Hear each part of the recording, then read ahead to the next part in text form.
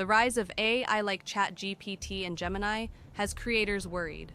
Will AI avatars, actors, and voice artists replace human talent? It's a question many in creative fields are asking. Take the film industry, for example. An AI actress named Tilly Norwood is already drawing interest from agents. Her creator company is openly experimenting with AI artists.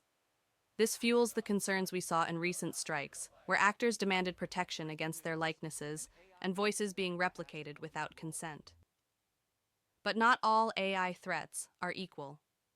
Voice acting, for example, might be safer for now. Gamers have a sharp ear for authenticity. When Tomb Raider Remastered used a cloned voice for Lara Croft, fans immediately noticed it sounded robotic and lifeless. They missed the warmth French voice actor Françoise Cadol brought to the character for decades. For content creators, the idea that AI will completely kill human creativity might be premature. Remember chess?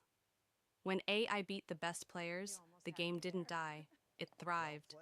AI made chess more popular, more accessible, and players got even better. AI will flood the internet with generic content.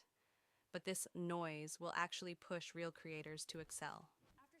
Authenticity, original storytelling, and genuine connection will become more valuable than ever. So the rules are changing.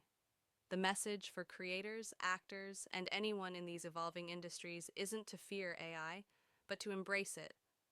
It's a powerful tool, not a replacement. By learning to use AI, we can enhance our skills, compete more effectively, and push our industries forward. The challenge is to adapt AI to elevate human potential, not diminish it. The future isn't about AI replacing us, it's about how we choose to work with it. Thanks for watching, everyone. Don't forget to like and subscribe, and I'll see you in the next one. Peace.